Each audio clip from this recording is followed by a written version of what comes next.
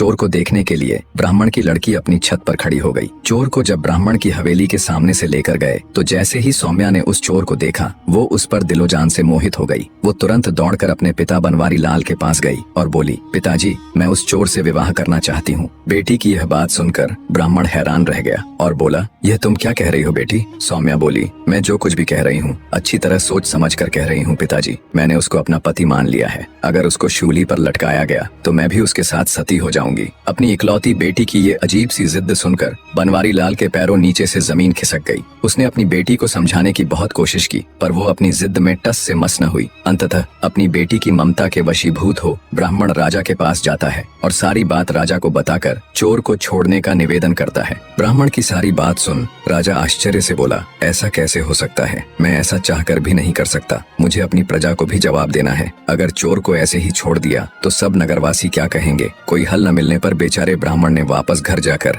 अपनी बेटी को बहुतेरा समझाया पर वो अपने निश्चय पर अटल थी। सौम्या के हठ का समाचार पूरे पास पड़ोस में फैल गया। उड़ती उड़ती बात चोर के कानों तक भी आ पहुंची। जब चोर को पता चला तो वह रोने लगा। तय समय और घोषणा के मुताबिक चोर को नगर के चौराहे पर ले जाया गया। चोर को फांसी होने का दृश्य देखने के लिए सारा नगर टूट पड़ा। चोर को जब शूली के पास लाया गया तभी सौम्या भी वहां आ गई। उसके बाल बिखरे हुए थे। उसने बिल्कुल एक वियोगिनी के जैसा वेश बना रखा था। भीड़ के बीच खड़ी हो उसने घोषणा की कि इस चोर को वह अपना पति मान चुकी है और उसके शूली पर चढ़ाए जाने के साथ ही वो भी सती हो जाएगी। उसकी घोषणा सुन वहां मौजूद नगर के लोग उसे समझाने लगे पर सौम्या ने किसी की भी बात नहीं मानी। चोर को जब इस सारी घटना का पता चला तो वह ठठाकर हंस पड़ा कि वह सती होने वाली है। कुछ समय पश्चात चोर को शूली पर लटका दिया गया। आगे दैत्य दंभिकासुर बोला, तो विक्रमादित्य, ब्राह्मण की लड़की सौम्या अपनी घोषणा के अनुसार उस चोर की मृत देह को अपनी गोद में रखकर सती हो गई। उसने अपना वचन निभाया। अब तुम मुझे बताओ कि चोर सौम्या के प्यार की खबर पाकर रोया क्यों